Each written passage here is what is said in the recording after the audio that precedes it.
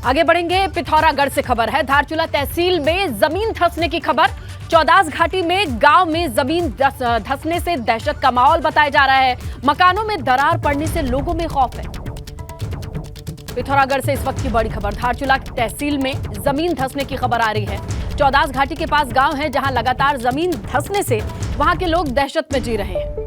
मकानों में दरार पड़ने से खौफ का माहौल। ये तस्वीरें आपके सामने। इस वीडियो में आप देखेंगे किस तरीके से आम लोग परेशान दिखाई दे रहे हैं, क्योंकि लगातार जमीन पर बढ़ती दरारें चिंता का सबब हैं। जिस तरीके से पूरे उत्तराखंड को लेकर के लोगों में डर का माहौल है, खासकर जोशीमठ से आई तस्वीरें डराती हैं। इसी बीच जमीन में दरार का ये वीडियो आप देख सकते हैं। पिथौरागढ़ से आया है। धारचूला तहसील लगती है। चौदास घाटी के पास एक गांव है और जमीन धंसने का लगातार क्रम लोगों को परेशान कर रहा है। यहाँ के आसपास के लोग, रहवासी चिंता में हैं। ये जनाब फूल की खेती करके 1 एकड़ में 1 साल के 30 लाख तक कमा रहे हैं। आपको भी ये करना है तो फ्रीडम ऐप को अब भी डाउनलोड कीजिए। 18 से हम सक्रिय हुए। हमने कहा ये तो ज़्यादा ही हो रहा है। घर को नीचे से पानी निकलना शुरू हो गया था, तो तब से हम लगातार करस्पॉन्डेंस कर रहे हैं और स्थानीय विधायक श्री हरीश धामी जी को और पेयजल सचिव श्री अरविंद सिंह याकी जी को और जिलाधिकारी महोदय, कमिश्नर महोदय, उप जिलाधिकारी महोदय, सबको मैंने ज्ञापन दिया था 2018 में, और तब से मैं लगातार ज्ञापन देते आया हूँ और बार बार जिला मुख्यालय पिथौरागढ़ जाके एक पूरा पुलिंदा मेरे पास पड़ा हुआ है और साथ ही हम लोगों ने काफ़ी प्रयास किया और उसके बाद आए भूगर्भ शास्त्री आए 2020 में। मेरी शासन प्रशासन से यही दरखास्त है, जल्द से जल्द इसका जो है ट्रीटमेंट किया जाए। सरकारें ये सोचती हैं कि खतरे की जद में आ जाएगा, यहाँ के लोग प्रभावित होंगे, उसके बाद जो इनका विस्थापन किया जाएगा।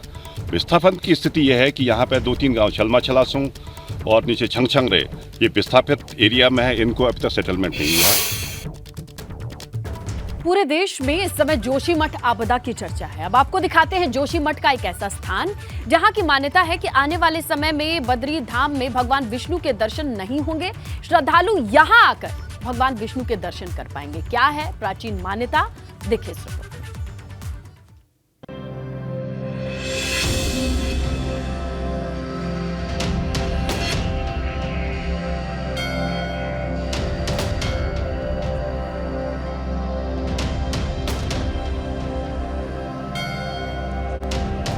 बद्रीनाथ धाम, जहां साक्षात भगवान विष्णु विराजते हैं।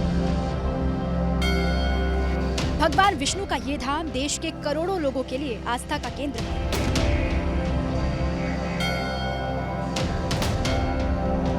मगर मान्यता है कि आने वाले वक्त में भगवान बद्री विशाल श्रद्धालुओं को दर्शन नहीं देंगे।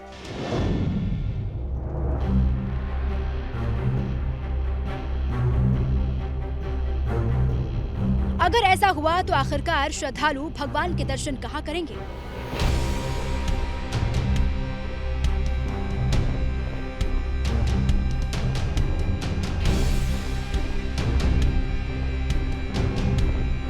इसी को लेकर एबीपी गंगा पहुंचा है जोशीमठ में एक ऐसी जगह पर जहां पर इस मान्यता का जवाब भी मिलेगा और उसकी कहानी भी समझ आएगी।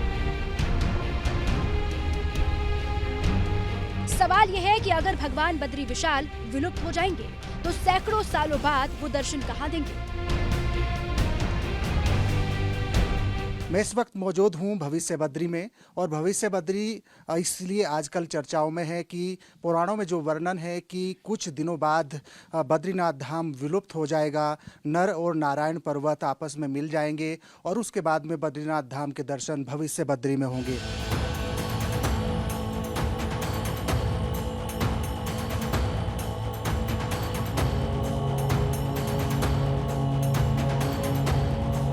आदि गुरु शंकराचार्य ने बद्री विशाल मंदिर की स्थापना की थी। कहा जाता है कि उस दौरान ही उन्होंने इस बात की भविष्यवाणी भी की थी। जब ये घोषित करे गए थे उसी वक्त आदि गुरु श्री शंकराचार्य जी को एक भविष्यवाणी हुई। बोले आपने ये सब जो तीर्थ घोषित करे हैं ये एक दिन अलोप हो जाएंगे। इनकी किसी की भी पूजा आराधना ना होकर स्वयं विष्णु भगवान प्रकट होंगे और उनका नाम भविष्य बद्री होगा, वही भविष्य का उद्धार करेंगे। आदि गुरु शंकराचार्य की भविष्यवाणी थी कि बद्री धाम में जिस जगह पर भगवान विष्णु की पूजा की जा रही है वो जगह विलुप्त हो जाएगी। मेरे सामने की जो हकीकत है, जो सत्य है, वो ये है कि आप इस वक्त जहाँ पे खड़े हुए हैं, ये स्थान भगवान भविष्य बद्री के नाम से है।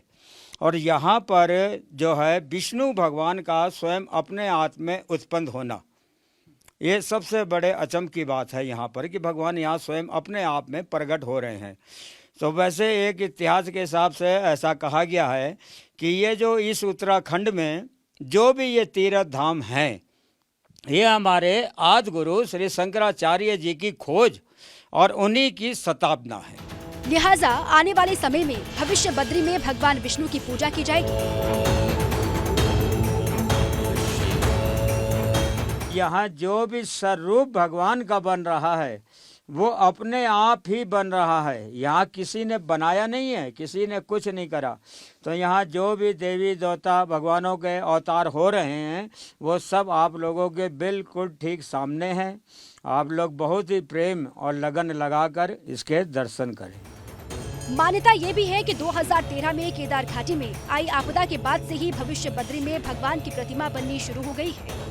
मंदिर के पुजारी का दावा है कि ये मूर्ति यहाँ खुद से बन रही है।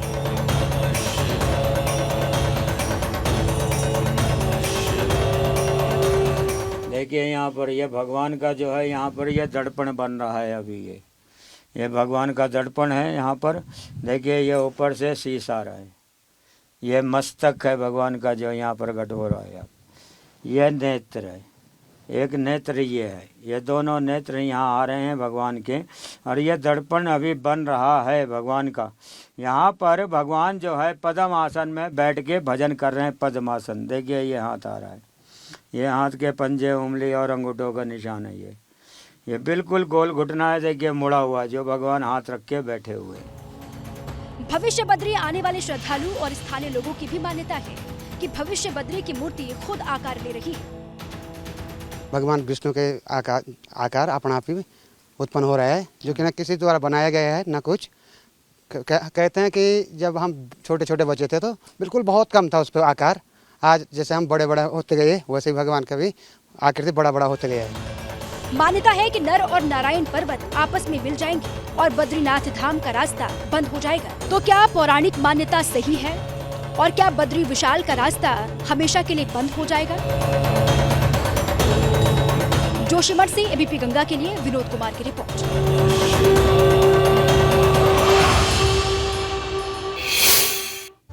ये जनाब फूल की खेती करके 1 एकड़ में 1 साल के 30 लाख तक कमा रहे हैं। आपको भी ये करना है तो फ्रीडम ऐप को अभी डाउनलोड कीजिए।